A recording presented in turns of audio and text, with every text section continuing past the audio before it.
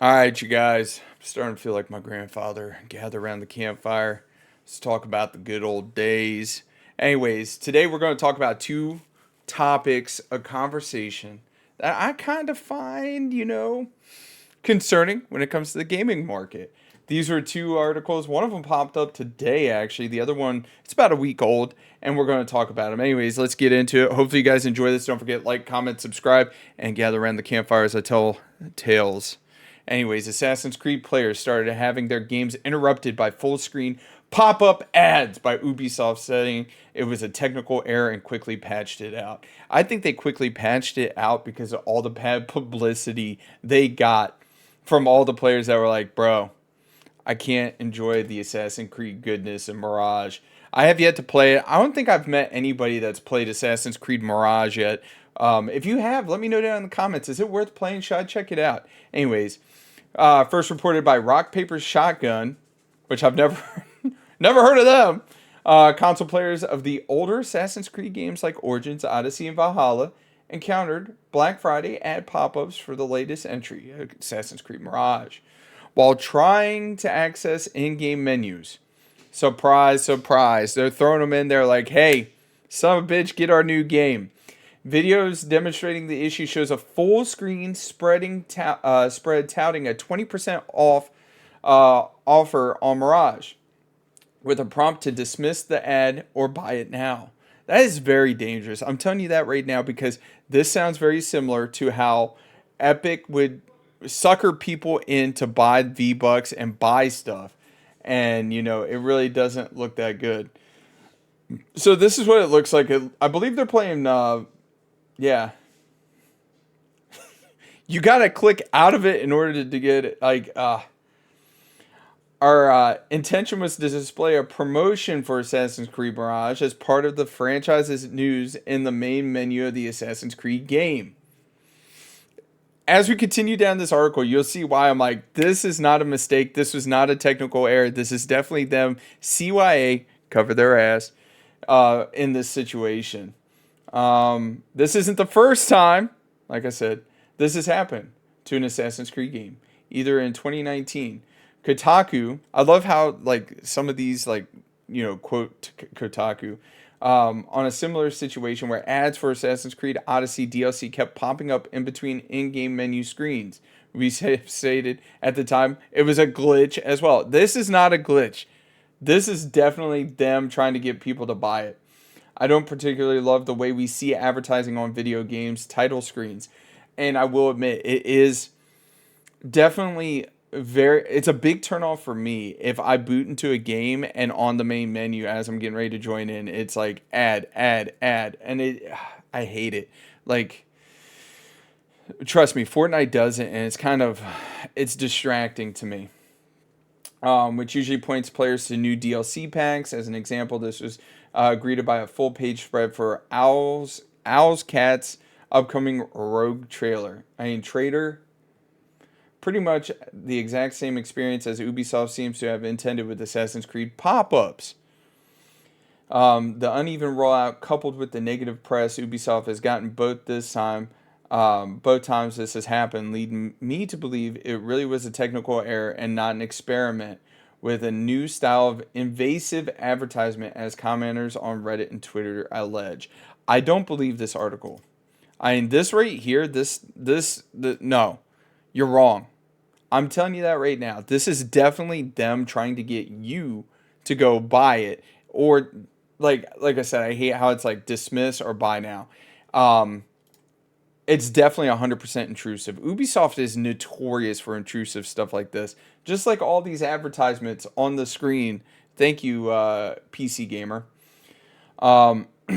It's times like this, these that I finally remember the Warden Keeper DLC for Dragon Age Origins, which I never played Dragon Age Origins. I've heard nothing but positive things about it.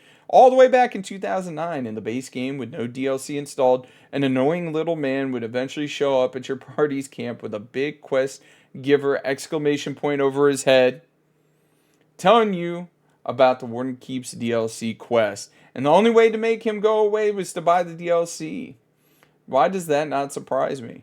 That's super invasive. Super invasive. And like I said, I think intrusive ads in games is only a matter of time before they really push into it, which is going to push me into the next segment of this video. The two concerning things. GTA publisher says games should be priced based on hours of playtime. I extremely disagree with this. This is a very slippery slope. And like Rockstar really needs to watch how they're, or Take Two, let me reword that. I believe it's Take Two that's putting, like, really pushing this. It's not really Rockstar when it comes to saying that they need to price the games for hours played. Do not agree with that at all. Because if you guys put out a game that works day one, I would think about it. Most of these games do not work day one. It takes months, if not a year, of fucking patching these fucking games because you're pushing games out that are not complete, that are not ready to be played, that ruins experiences for people if they're playing it. And if you're looking to charge, let me reword that. If you're looking to charge per hour played, give me a game that is pristine out of the box and not some piece of dog shit that's going to take months, if not a year, for patches and patches and patches. That's my 2 cents. We're going to go down and read this. The questioning of exactly how much GTA 6 will cost is on everyone's mind right now, given the game is finally going to be unveiled next month. So we're roughly potentially a week away from being unveiled. A week, maybe two. They said beginning of December. They didn't say exactly when in December it was going to be released. By the way, if you haven't watched Oppenheimer, go watch it. It's a great movie. These fucking ads, dude. The game's publisher, Take-Two, is in a sweet position right now as millions of gamers await the trailer for the latest Grand Theft Auto game, the sixth in the main line series.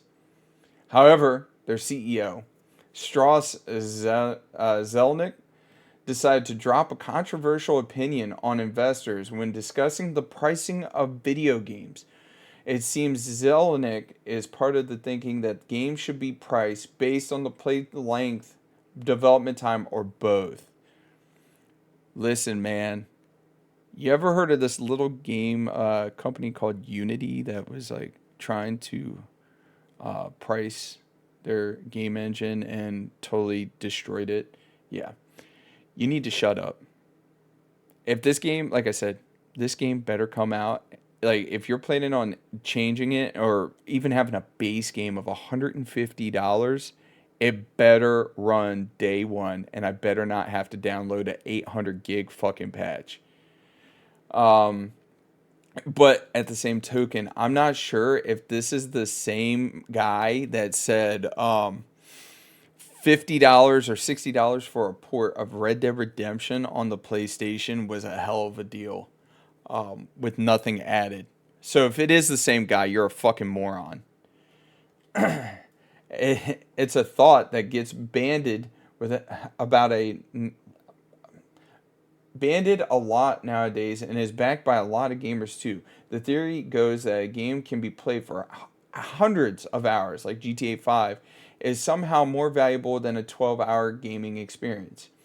Of course, this thinking detracts from key emotions and simple enjoyment. See, I don't agree with this.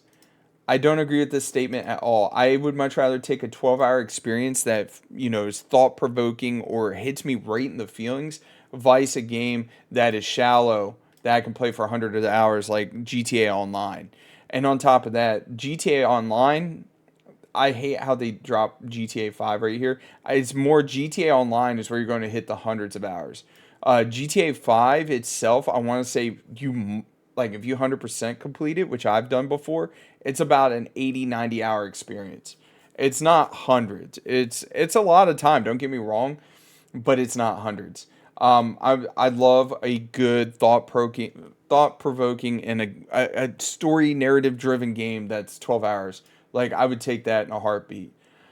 What Zelnick said during a recent investors call is as follows: in terms of our pricing for any entertainment property, basically the algorithm is the value of the experiment expected entertainment usage, which is to say the per hour value time the number of expected hours plus the terminal value that's perceived by the customer in ownership if the title is owned rather than rented or subscribed to. Which I mean, if you want to do a GTA Online subscription service, good on you, dude. You're not getting my money. If you give me a month free, I'll go check it out, but I'm not going to subscribe to something like that.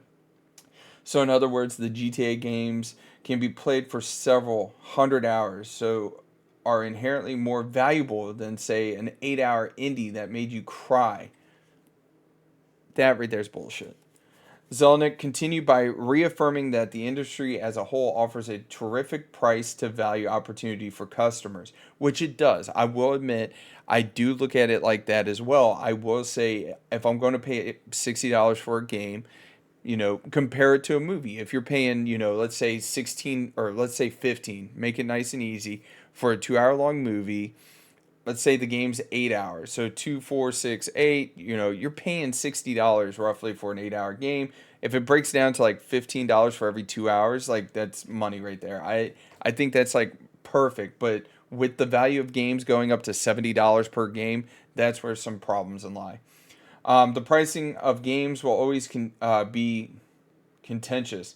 The recent bump up to 70 from 60, they're talking pounds, not dollars right here, for AAA games was felt by many and is a key part of this argument. However, all the talks of pricing detracts from what we feel and when we play. As with any form of art, there's no pricing difference between a fun 90-minute action film and an Oscar worthy drama that runs for 3 hours and makes you reevaluate your outlook on life. Now, I don't like that because most Oscar nominated movies are like the Oscars, they're bought, they're not actually won. Like a perfect example is like the movie, was it like Water or whatever? Like it's about a chick that fell in love with a mermaid and it won Best Picture. It was done by Guillermo del Toro. I hated the movie. The movie was terrible, but it won, Picture of the Year because it's, life changing when in fact it wasn't. It was dumb. Um, yeah, like I said, it's just one of those things. Like they need to be careful with where they're thinking they're going to put the price for GTA 6 at and whether they're going to do the subscription service, which if they do it for the online by all means do it. But if you're going to give me an amazing game, I better not be charged per hour. And like I said, and if I am charged per hour, bro, show me the money. Like you better be on point. Otherwise, you are waiting for a class action lawsuit. Like there's like I've covered so many of these over the last couple of weeks of people suing gaming companies and gaming companies suing. And if you're looking to have any game, and especially if there's all kinds of bugs, the loading times are terrible, just there's so many things that can go into this that could hurt the gaming experience. I suggest you just charge a subscription service for the GTA Online, move on. When it comes to the base game, $70, I'm perfectly fine paying $70 for a GTA game. Like, leave it at that. And, you're going to make your money back with the people that are going to grind the game, the in game advertisements, the people buying the shark cards. There's no reason for this. Those are the two things that really caught my eye today when it came to my gaming news that I saw, which was in game ads and then game publishers talking about paying us as gamers paying per hour to play their games. It it doesn't make sense to me.